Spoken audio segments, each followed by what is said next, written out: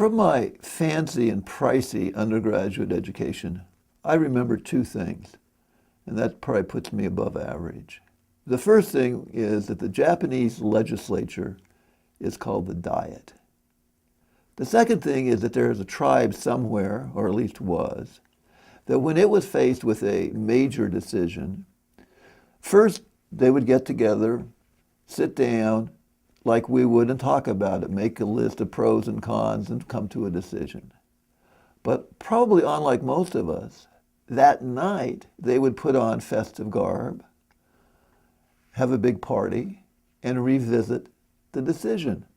And if it came out the same way as the afternoon decision, then they went with it. But if it came out differently, they knew that something was wrong, and they rethought the entire problem. I'm going to be asking you to have a serious conversation with your family, with your loved ones. When I say that, you may think, well, that's got to be a very somber situation, a discussion, because we in our tribe equate serious with somber. But that's not necessarily true. In fact, I think if you do have this conversation, I have been told by people who have had that they're oftentimes joyous and fun. And a lot of old memories come up, and it's a time to bring the family together. I'm going to be asking you to sit down with your family and talk about matters like end of life, possible disability, and things of that nature. The major problem, or a major problem, is simply getting that conversation started. Very seldom do people talk about that. They are very reluctant to do that. Don't, to get it started like on a Thanksgiving dinner, say, after we put the dishes away, I'm going to go into the other living room, I want everybody to come in with me, and I'm going to talk about my death. That's probably not a good way. You might want to say, on the other hand, I just finished my living will, and let me talk to you about that. Let me go over the terms to make sure that you understand what my wishes are. Or you could indeed just have your family watch this video. Why do you want to have this conversation? If you don't have this conversation, you're going to leave your family stranded, facing very difficult decisions at a very, very inappropriate time. Say that you were suddenly rushed to the hospital and are in a coma. Your family will go to the hospital, and the doctors may come out and say, what should we do? We have some choices here. If you haven't talked to your family about that situation, they will be left with making that decision. And most likely, it's obviously going to be a horribly difficult decision, and it may scar them for the rest of their lives, thinking, we made the wrong one. And it may cause huge fights in the family. When you die, if there's no funeral arrangements, again, the family's going to have to make those decisions. And some might say, let's spend a lot of money, and others will say, no, let's save some for the kids, etc. You're going to avoid those kinds of fights if you have that conversation now, today. Another thing is, and it's interesting, that most families' fights occur after someone dies, not about the money, but it's about who gets the grandfather clock, who gets the favorite chair. And if you don't talk to your family about that and make some provisions, then you may trigger a family dispute that's going to go on for the rest of their lives. And you can avoid that very easily by sitting them down and talking now. Obviously, you owe this conversation to yourself, because if you really want to make sure your last wishes are followed, you have to be clear with your family what they are. Because oftentimes, and again, like in the case of living wills, physicians will look to the family for guidance more than they will the living will. And if they know what your wishes are, they will be followed. And of course, you really owe it to everyone, because there is an elephant in the room. Everyone knows that people die. Everyone knows that people get disabled. But they don't talk about that. They don't get it out. It's the elephant in the room. Once you talk about it, things will go better.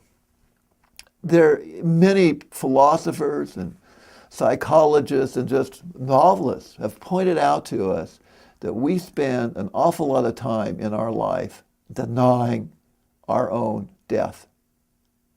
And they say once you get somewhat accepting of death, your life goes better, because you don't have to focus all that energy into the denial. having this conversation will help you get over that and will help you indeed have a better life. What about a checklist? Let me just get, I hope I've convinced you to have it. What should you cover? A little checklist. First thing you might want to ask yourself, if I'm going to die tomorrow, what problems would my family face? And think about that and answer those problems. Obviously, living your final illness is important. Hopefully you'll have a living will and a healthcare power of attorney. Talk to your family about what kinds of treatments you don't want. But I think more importantly is to talk to your family about the kind of life you do want. If you are to come out of the hospital, what kind of condition would you be happy to come out in? For example, I would be perfectly happy to be in a wheelchair with certain disabilities. I would not like to go on living if I couldn't communicate with my family or be with the world and know what's going on. These topics are very, philosophically interesting, but also emotionally interesting. Burial, how much do you want to spend on the burial?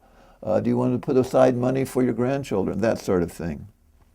If you're having an Irish wake, do you want to have Uncle Joe talk? Now that's obviously a bad joke, but what about disability? If you become disabled, where are you going to live? Talk about possible nursing homes. If you're going to live with one of your children, it's absolutely imperative that the other children are apprised of the fact of how difficult it is for the child that's caring for you to care for you. It's very difficult to care for an elderly person in your home. It's also very expensive. And unless the other children know this, disputes will arise. Why did you spend all that money? What were you doing? That sort of thing. Also, you might want to ask them or talk to them about the possibility of you becoming unable to drive. When should someone tell you that?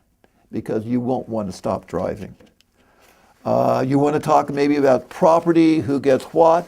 If, like for example, in your will, you're leaving more money to one child than the other, you might want to explain why that is, because maybe you advanced one of the children some money for their education or something like that. Or maybe you have other good reasons. Obviously, the other thing you want to tell them is where you keep all your stuff. Where are your accounts? Once you have this conversation, it's going to continue. It doesn't have to be a one-time thing. But once you open up the topic that we all don't want to talk about, things will just flow better.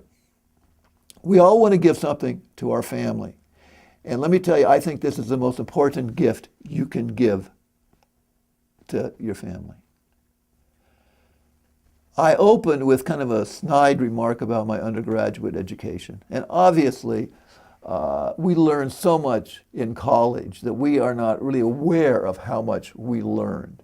And I don't mean to take anything away from education. And I do recall a little snippet of a poem from A. Housman that is very applicable here.